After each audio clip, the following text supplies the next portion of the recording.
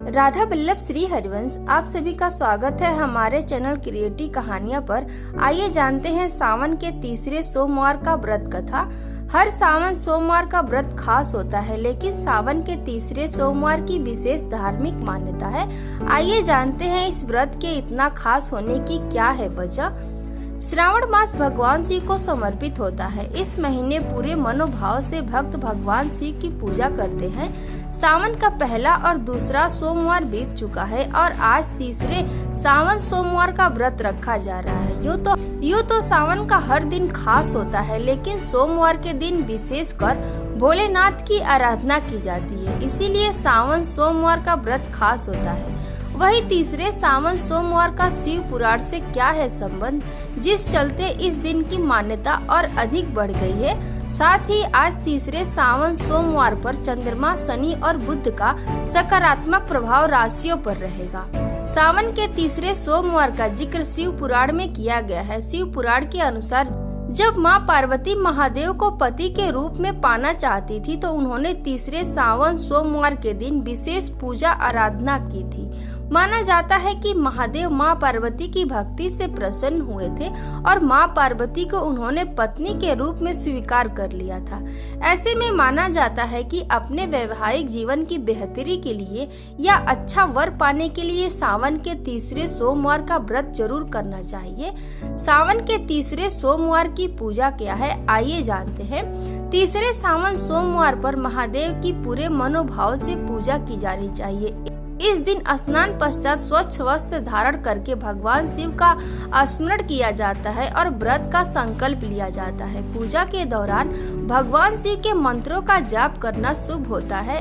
इस दिन 108 बार ओम नमः शिवाय का जाप करना फलदायी होता है। ओम गौरी शंकराय नमः का भी जाप करना चाहिए। शिवलिंग पर जल में मिश्री मिलाकर अभिषेक करना शुभ होता है। पूजा में शिवलिंग पर बेलपत्र, सफेद फूल और चावल चढ़ाना शुभ होता है। सच्चे मन से भगवान शिव को याद करना, आरती करना और पूजा करना फायदेमंद होता है।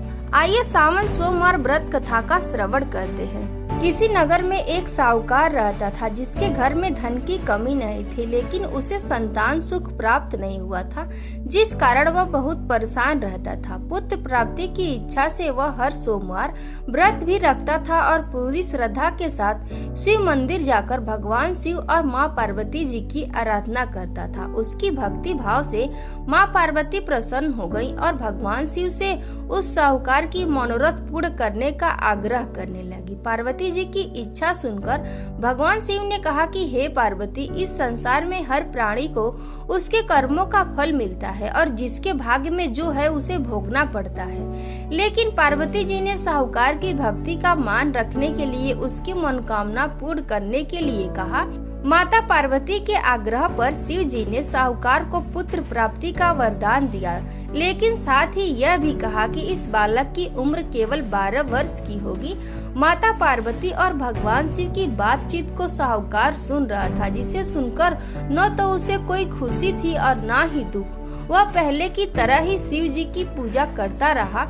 कुछ समय के बाद साहूकार को पुत्र की प्राप्ति हुई। जब वह बालक 11 वर्ष का हुआ तो उसे पढ़ने के लिए काशी भेजा गया। साहूकार के पुत्र के मामा को बुलाया और उसे बहुत सारा धन दिया और कहा कि तुम इस बालक को काशी विद्या प्राप्त करने के लिए ले जाओ और मार्ग में यज्ञ कराते जाना।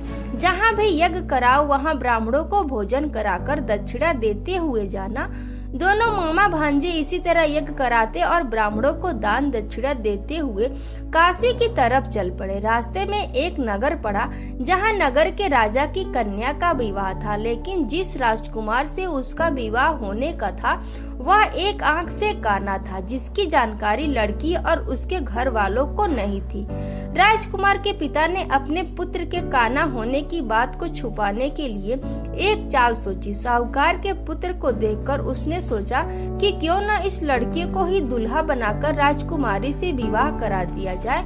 विवाह के बाद इसको धन देकर विदा कर दूंगा और राजकुमारी को अपने नगर ले आऊंगा।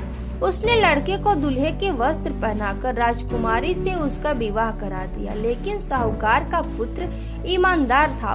उसने मौका पाकर राजकुमारी की चुन्नी पर लिख दिया कि तुम्हारा विवाह तो मेरे साथ हुआ है, लेकिन जिस राजकुमार के साथ तुम्हें भेजा जाएगा वह एक आंख से काना है। मैं तो काशी पढ़ने जा रहा हूँ। राजकुमारी ने चुन्नी पर लिखी बात अपने माता पिता को बताई। राजा ने अपनी पुत्री को विदा नहीं किया।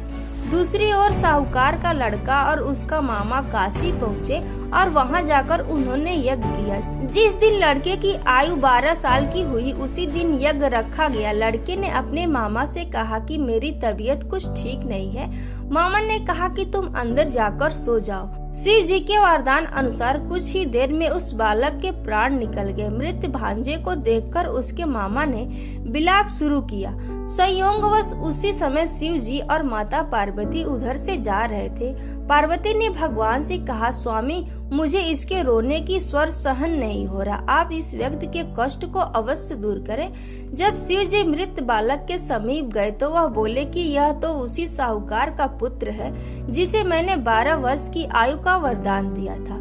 अब इसकी आयु पूरी हो चुकी है। लेकिन मातृभाव से विभोर माता पार्वती ने कहा कि हे महादेव, आप इस बालक को और आयु देने की कृपा करें, अन्यथा इसके वियोग में इसके माता पिता भी तड़प तड़प कर मर जाएंगे। माता पार्वती के आग्रह पर भगवान शिव ने उस लड़के को जीवित होने का वरदान दिया। शिव जी की कृपा से वह लड़का जीवित हो गया। शिक्षा समाप्त करके लड़का मामा के साथ अपने नगर की ओर चल दिया। दोनों चलते हुए उसी नगर में पहुँचे जहाँ उसका विवाह हुआ था।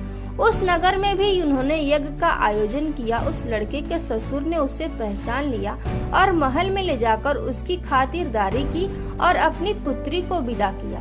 इधर साहूकार और उसकी पत्नी भूखे प्यासे रहकर बेटे के आने की प्रतीक्षा कर रहे थे। दोनों ने प्रण लिया था कि यदि उन्हें अपने बेटे की मृत्यु का समाचार मिला तो वह अपने शरीर त्याग देंगे। परंतु अपने बेटे के जीवित होने की बात सुनकर वह बेहद प्रसन्न हुए।